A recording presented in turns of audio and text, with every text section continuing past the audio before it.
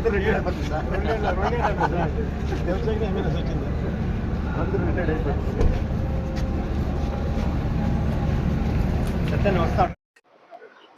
ನಿವೃತ್ತ ನೌಕರರ ಸಂಘದ ಸಮಾವೇಶಕ್ಕೆ ಆಗಮಿಸಿರ್ತಕ್ಕಂಥ ನಮ್ಮ ರಾಜ್ಯ ಅಧ್ಯಕ್ಷರಾಗಿರ್ತಕ್ಕಂಥ ಭೈರಪ್ಪಣ್ಣವರೇ ಹಾಗೂ ನಮ್ಮ ತಾಲೂಕು ಅಧ್ಯಕ್ಷರಾಗಿರ್ತಕ್ಕಂಥ ನಿಮ್ಮನ್ನ ರಿಟೈರ್ಡ್ ಅಂತ ನಂಬದೇ ಇಲ್ಲ. ರಿಟೈರ್ಡ್ ನಂಬಕ್ಕೆ ಆಗಲ್ಲ. ರಿಟೈರ್ಡ್ ತರ ಹುಡುಗಿನ ತರ ಕಾಣಿಸ್ತಾವ್ರೆ. ನನ್ನ 44 45 ವರ್ಷ ಹಂಗೆ ಕಾಣಿಸ್ತಾ ಇದೆ. ನಮ್ಮ ಜನಾರ್ದನ್ ಅವರೇ ಹಾಗೂ ನಮ್ಮ SV ಆಂಜಪ್ಪಣ್ಣವರೇ, ರಂಗೇಗೌಡ್ರೆ, ನಮ್ಮ MS ಆನಂದಪ್ಪಣ್ಣವರೇ, ಮುನಿಯಪ್ಪಣ್ಣವರೇ ಹಾಗೂ N ಗೋವಿಂದಪ್ಪಣ್ಣವರೇ, ಜಯರಾಮ್ ರೆಡ್ಡಿ ಸರ್ ಅವರೇ, ನಂಜುಂಡಪ್ಪ ಅವರೇ ಹಾಗೂ ವಿಶೇಷವಾಗಿ ನಿವೃತ್ತ ನೌಕರರಂದ್ರೆ ಇಲ್ಲಿ ಕೂತಿರ್ತಕ್ಕಂಥ ನನ್ನ ತಂದೆ ತಾಯಿ ಸಮಾನರು. ಆ ವಯಸ್ಸಲ್ಲಿ ಕೂತಿದ್ದೀರಿ.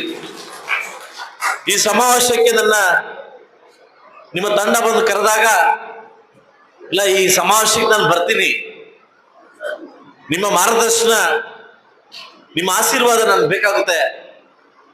ಬಹುಶಃ ಇವತ್ತು ಈ ಸಮಾವೇಶಕ್ಕೆ ಒಂದು ಹಬ್ಬದ ವಾತಾವರಣ ಇರಲಿ, ಹಬ್ಬದ ಔತಣ ಕೂಟವನ್ನ ಅರೇಂಜ್ ಮಾಡ್ತೀನಿ ನಾನು. ಇದ್ಯಾರು ಬರೆಸ್ಬೇಡಿ. ಇವತ್ತು ಬರ್ತಕ್ಕಂಥ ನಾನೆಲ್ಲ ನಿವೃತ್ತ ನೌಕರರ ಸಂಘದ ನನ್ನ ತಂದೆ ತಾಯಿಗಳಿಗೆ ಊಟ ಬಡಿಸುವಂತಕ್ಕಂಥ ಒಂದು ಏನು ಆ ಸಂದರ್ಭ ನಮ್ಗೆ ಸಿಗ್ಲಿ ಅಂತ ಕೇಳ್ಕೊಂಡಾಗ ನನಗೆ ಮನಸ್ಫೂರ್ತಿಯಾಗಿ ಒಪ್ಕೊಂಡೆ. ಜೀವನದಲ್ಲಿ ನಾವು ಎಲ್ಲೆಲ್ಲಿ ಹೇಗಾಗೋ ಏನಾನ ಎಲ್ಲ ಕಣ್ಕಂತೀವಿ. ಆದ್ರೆ ನಾನು ಮುಳಬಾಗಿಲು ತಾಲೂಕು ಬಂದಾಗ ತಾವು ಕರೆದು ನನಗೆ ಕೊಟ್ಟಿರ್ತಕ್ಕಂಥ ಕೆಲವು ಸಲಹೆಗಳು ತುಂಬಾ ಅದ್ಭುತವಾಗಿದೆ. ಬಹುಶಃ ನಾನು ನಮ್ಮ ನಿವೃತ್ತ ನೌಕರರ ವರ್ಷಕ್ಕೊಮ್ಮೆ 2 ಬಸ್ ಮಾಡಿ ನಿಮ್ಮನ್ನ ಟೂರ್ ಕಳಿಸ್ತಾ ಇದ್ದೆ. ಯಾಕೆಂದ್ರೆ ನೀವು ಯಾವಾಗ ಒಂದು ಬೇರೆ ಬೇರೆ ಪ್ರಪಂಚ ನೋಡ್ಕೊಂಬನ್ನಿ ಅಂತ ನನ್ನ ಟೂರ್ ಕಳಿಸ್ತಾ ಇದೆ. ಆ ಭಾಗ್ಯ ಕೂಡ ನಂಗೆ ಸಿಕ್ಕಿದೆ. ಆದ್ರೆ ಇವತ್ತು ನಾನು ನೀವೊಂದು ಗಿಫ್ಟ್ ಕೊಡ್ಬೇಕಂತ ಬಂದೆ. ಅದಕ್ಕಿಂತ ಮುಂಚೆ ನಮ್ಮ ಜನಾರ್ದನ ಹರಾಜ್ ಹೋಗ್ತಾ ಇದ್ರು, ಯಾರು ಎಷ್ಟು ಕೊಡ್ತೀರಾ, 10,000 20,000 ಅಂತ. ಅದು ಮುಖ್ಯ ಅಲ್ಲ. ನೀವು ಈ ವೃದ್ಧಾಪ್ಯ ಜೀವನದಲ್ಲಿ ಈ ಒಂದು ವಯಸ್ಸಲ್ಲಿ ನಿಮ್ಮ ಸ್ನೇಹಿತರ ಜೊತೆ ಕೂಡಿ ಒಂದು ಜಾಗದಲ್ಲಿ ಸೇರಿ ಸಕಲ ನಿಮ್ಮ ಏನು ವ್ಯವಸ್ಥೆಯನ್ನ ಮಾತಾಡ್ತಕ್ಕಂಥ ವ್ಯವಸ್ಥೆಗೆ ನಾನು ಈ ಕೂಡಲೇ ಮುನ್ಸಿಪಾಲಿಟಿ ಕಡೆಯಿಂದ ಒಂದು ಸೈಟ್ನ ಅಲಾಟ್ ಮಾಡಿ ಆ ಸೈಟಲ್ಲಿ ನಿಮಗೆ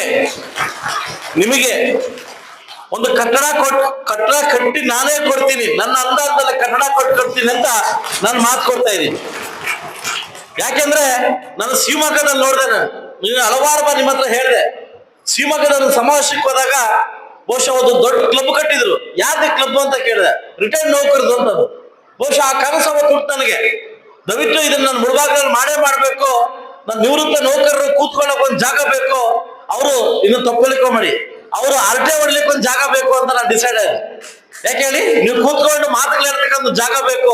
ಸೊ ಅದಕ್ಕೋಸ್ಕರ ಈ ಕೂಡಲೇ ಮುನ್ಸಿಪಾಲಿಟಿ ಸುತ್ತಮುತ್ತ ಲೇಔಟ್ CS ಸೆಟ್ ತಗೊಂಡು ಆ CS ಸೆಟ್ ಅಲ್ಲಿ ನನ್ನ ಅಂದಾಜಲ್ಲೇ, ನಿಮ್ ದುಡ್ಡೊಂದು ಬೇಡ, ನನ್ನ ಅಂದಾಜಲ್ಲೇ ನಿಮ್ಗೆ ನನ್ನ ಇರೋ ಒಳಗಡೆ ಅದು ಉದ್ಘಾಟನೆ ಮಾಡ್ಕೊಂಡು ಹೋಗ್ತೀನಿ. ನಾನು ಇವತ್ತು ಮಾತು ಕೊಡ್ತಾ ಇದ್ದೀನಿ.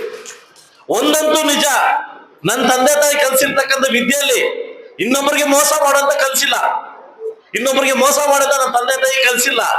ಒಂದು ಕಡೆ ಇದ್ದು ಇನ್ನೊಂದು ಕಡೆ ದ್ರೋಹ ಮಾಡಂತ ಯಾವತ್ತು ಕಲ್ಸಿಲ್ಲ. ಈ 2 ವಿದ್ಯೆಗಳಿಂದ ಬಹುಶಃ ನಾನು 40 ವರ್ಷಕ್ಕೆ ನಾನು MLA ಆಗಿದ್ದೀನಿ. 34 ವರ್ಷಕ್ಕೆ MLA ಆಗಕ್ ಬಂದೆ ನಾನು 18ನಲ್ಲಿ. ಸದ್ಯ ನಾನು ಸೋತೆ. ಕೆಲವರು ಕರೆದು ನನ್ನ ನೌಕರ ಇವರು, ಕೆಲವರು ಕರೆದು ಫೀಲ್ಡ್ ಅಲ್ಲಿ ನನ್ನ ಮನೆಯಲ್ಲಿ ಕೆಲವು ಸಲಹೆ ಕೊಟ್ಟಿದ್ದಾರೆ. ಈ ಸಲಹೆ ಹೋಗುವಂತ ಪ್ರತಿ ವರ್ಷ ಕೂಡ ನಿಮ್ಮ ಹತ್ರ ಕೂತ್ಕೊಂಡು ಕೆಲವು ಸಲಹೆ ತಗೊಂತಾ ಇದ್ದೀನಿ. ಆ ಭಾಗ್ಯ ನನಗೆ ಸಿಕ್ಕಿದೆ.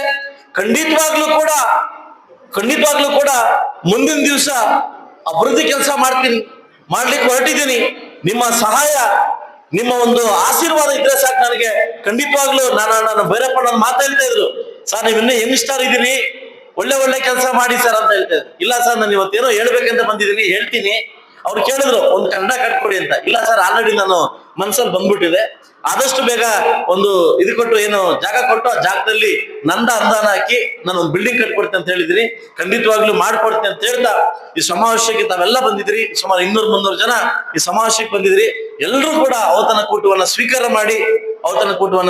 ಮಾಡಿ ಇಲ್ಲಿಂದ ತಾವು ಸಂತೋಷದಿಂದ ಹೋಗ್ಬೇಕಂತ ಹೇಳ್ತಾ, ನನಗೆ ಈ ಸಂದರ್ಭದಲ್ಲಿ ಅವಕಾಶ ಕೊಟ್ಟಿರ್ತಕ್ಕಂಥ ಎಲ್ಲ ನನ್ನ ನೌಕರಸ ತಂದೆ ತಾಯಿಗಳಿಗೆ ಒಂದ್ಸುತ್ತ ಈ ಕಾರ್ಯಕ್ರಮಕ್ಕೆ ಬರಮಾಡ್ಕೊಂಡು 4 ಮಾತಾಡ್ಲಿಕ್ಕೆ ಅವಕಾಶ ಮಾಡಿಕೊಡಿರ್ತಕ್ಕಂಥ ನಮ್ಮ ಅಧ್ಯಕ್ಷ ಆಗಿರ್ತಕ್ಕಂಥ ಜನಾರ್ದನ್ ಮತ್ತು ಅವ್ರ ತಂಡಕ್ಕೆ ನನ್ನ ಶಿರವಾಗಿ ನಮಸ್ಕರಿಸುತ್ತ ಮಾತು ಮುಗಿಸಿ ಒಳ್ಳೆದಾಗಿ.